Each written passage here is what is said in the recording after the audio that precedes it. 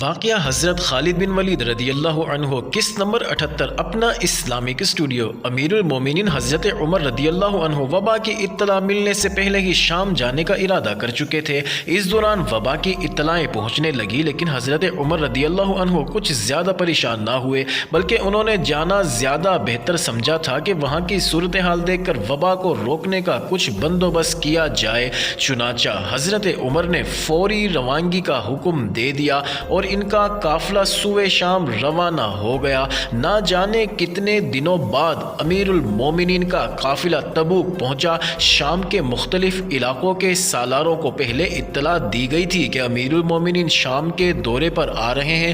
ہر سالار نے سوچ لیا کہ امیر المومنین کا شام میں آنا ٹھیک نہیں۔ چنانچہ سپہ سالار ابو عبیدہ رضی اللہ عنہ، سالار یزید بن ابی سفیان اور سالار شرجیل بن حسنہ تبوک پہنچ گئے اور حضرت عمر رضی اللہ تعالی عنہ کو بتایا کہ وہ اس سے آگے نہ جائیں، کیونکہ شام کی زمین اور فضا میں طاعون کے جراثیم اور موت کے سوا کچھ نہیں رہا۔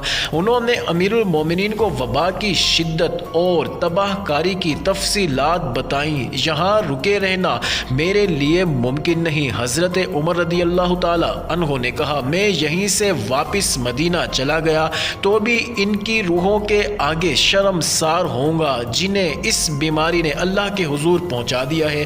میں اپنے قوم کو اتنی خطرناک ابتلا میں چھوڑ کر واپس کس طرح جا سکتا ہوں؟ سالاروں نے انہیں قائل کرنے کی بہت کوشش کی کہ وہ آگے نہ جائیں۔ وہ دلیل یہ دیتے تھے کہ اس خوفناک صورتحال میں اگر امیر المومنین کو کچھ ہو گیا تو ایک اور مسئلہ پیدا ہو جائے گا۔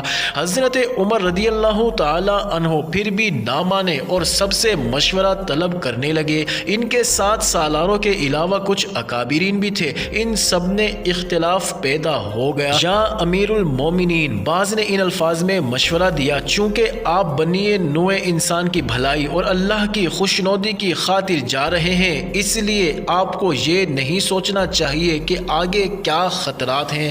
نہیں امیر المومنین، دوسرے گروہ نے یہ خیال ظاہر کیا، جہاں ہلاکت اور تباہی کے سوا کچھ بھی نہ ہو وہاں کم از کم خلیفہ وقت کو نہیں جانا چاہیے۔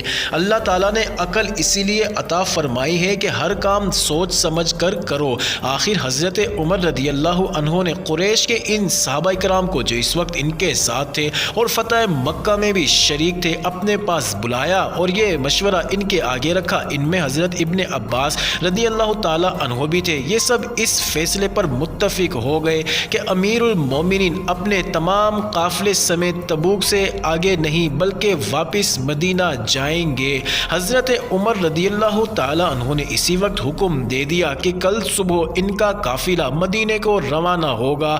تقریباً تمام مورخوں نے امیر المومنین اور ابو عبیدہ کا ایک مشہور مکالمہ لکھا ہے۔ تاریخ میں آیا ہے کہ ابو عبیدہ یہ نہیں چاہتے تھے کہ حضرت عمر رضی اللہ تعالی عنہ تبوک سے آگے جائیں۔ جب حضرت عمر رضی اللہ عنہ نے واپسی کا فیصلہ کر لیا تو ابو عبیدہ کی رائے نہ جانے کس طرح متزلزل ہو گئی۔ ابن خطاب ابو عبیدہ نے حضرت عمر رضی اللہ تعالیٰ عنہ سے بڑی بے تکلفی سے کہا، قضائے الہی سے بھاگتے ہو؟ حضرت عمر رضی اللہ تعالیٰ عنہ کے چہرے کا رنگ بدل گیا اور حیرت زدگی کے عالم میں کچھ دیر ابو عبیدہ کو ٹک ٹکی باندھے دیکھتے رہے۔ ابن الجراح حضرت عمر رضی اللہ تعالیٰ عنہ نے ابو عبیدہ سے کہا، کاش یہ بات کوئی اور کہتا۔ ہاں، میں قضائے الہی سے قضائے الہی کی طرف بھاگ رہا ہوں۔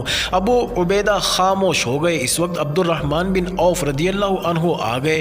وہ معمر صحابی تھے۔ انہیں پتہ چلا کہ یہاں کیا مسئلہ درپیش ہے تو انہوں نے حتمی فیصلہ سنا دیا۔ انہوں نے کہا کہ میں نے رسول اللہ صلی اللہ علیہ وسلم کو یہ فرماتے سنا ہے کہ تم سنو کسی علاقے میں کوئی وبا پھیل گئی ہے تو وہاں مت جاؤ، اور اگر تم اس جگہ ہو جہاں وبا پھوٹ پڑی تو وہاں سے بھاگو نہیں، کیونکہ تم یہ وبا اپنے ساتھ لے جاؤ گے اور کسی اور جگہ پھیلا دو گے۔ چونکہ یہ رسول اللہ صلی اللہ علیہ وسلم کا فرمان تھا، اس لیے حضرت عمر رضی اللہ تعالی عنہ مطمئن ہو گئے اور تبوک سے واپس مدینہ چلے گئے۔ مدینہ پہنچ کر امیر المومنین اطمینان سے کس طرح رہ سکتے تھے؟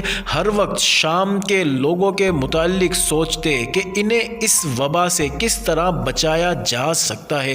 تاریخ کے مطابق انہیں سب سے زیادہ خیال ابو عبیدہ کا تھا۔ ابو عبیدہ بڑے قیمتی سپہ سالار تھے۔ حضرت عمر عمر رضی اللہ عنہ انہیں بچانا چاہتے تھے۔ ایک روایت یہ بھی ہے کہ انہوں نے ابو عبیدہ سے کہا تھا کہ وہ ان کے ساتھ مدینہ چلیں، لیکن اس عظیم سپہ سالار نے جواب دیا تھا کہ وہ اپنے ساتھیوں کو موت کے سائے میں چھوڑ کر نہیں جائیں گے، اور انہوں نے اپنے وہ الفاظ استعمال کیے جو وہ حضرت عمر رضی اللہ تعالی عنہ سے کہہ چکے تھے، میں قضائے الہی سے نہیں بھاگوں گا۔ مدینہ پہنچ کر حضرت عمر رضی اللہ تعالیٰ عنہ سپہ سالار ابو عبیدہ کو طاعون سے بچانے کا یہ طریقہ اختیار کیا کہ ان کے نام ایک پیغام لکھوا کر تیز رفتار قاصد کے ہاتھ بھیج دیا۔ یہ پیغام تھا کہ میں ایک ضروری مسئلے پر تم سے زبانی گفتگو کرنا چاہتا ہوں، اس لیے پیغام ملتے ہی چل پڑو۔ ابو عبیدہ رضی اللہ عنہ نے اس پیغام کا جواب دے دیا کہ جس مسئلے پر آپ میرے ساتھ صلح مشورہ کرنا چاہتے ہیں وہ ملتوی ہو سکتا ہے، لیکن میں یہاں اسلامی لشکر کا سپہ سالار ہوں اور اس لشکر کو اتنی بڑی مصیبت میں چھوڑ کر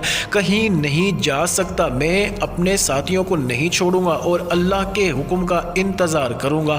حضرت عمر رضی اللہ تعالی عنہ کو اپنے پیغام کا جواب ملا تو ان پر جذبات کے احساس کا غلبہ ہوا کہ ان کے آنسو بہہ نکلے۔ وہاں جو حضرات بیٹھے ہوئے تھے ان میں سے کسی نے گھبرا کر پوچھا، یا امیر المومنین، ابو عبیدہ فوت تو نہیں ہو گئے؟ حضرت عمر رضی اللہ تعالی عنہ رقت انگیز آواز میں جواب دیا، نہیں، مگر معلوم ہوتا ہے وہ فوت ہی ہو جائے گا۔ امیر المومنین نے ابو عبیدہ کا خط تمام حاضرین کو پڑھنے کے لیے دیا، پھر سوچ سوچ کر ابو عبیدہ کے نام ایک اور پیغام لکھا جس میں لکھوایا کہ ابو عبیدہ نشیبی علاقے سے نکل کر ذرا بلند اور صحت افزا مقام پر چلے جائیں اور اپنے لشکر کو بھی ساتھ لے جائیں۔ مورخوں نے لکھا ہے کہ ابو عبیدہ حضرت عمر رضی اللہ تعالی عنہ کے اس حکم یا مشورے پر عمل کرنے کی سوچ ہی رہے تھے کہ طاعون نے انہیں بھی زد میں لے لیا اور وہ تیسرے دن فوت ہو گئے۔ انہوں نے بیماری کے حملے کے ساتھ ہی معاذ بن جبل رضی اللہ تعالی عنہ کو اپنا جانشین مقرر کر دیا تھا۔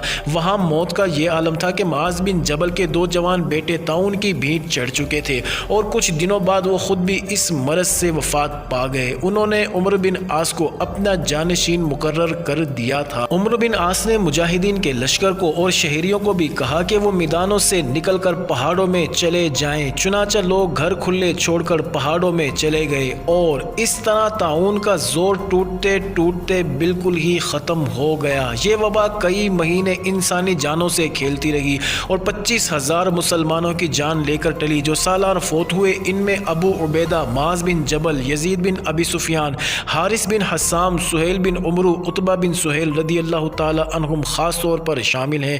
حارث بن حشام کے خاندان کے 70 افراد اور حضرت خالد بن ولید کے خاندان کے 40 افراد اس وبا میں فوت ہو گئے تھے۔ معزز ناظرین، جاری ہے ویڈیو قسط نمبر 79 میں دیکھنا مت بھولیے گا۔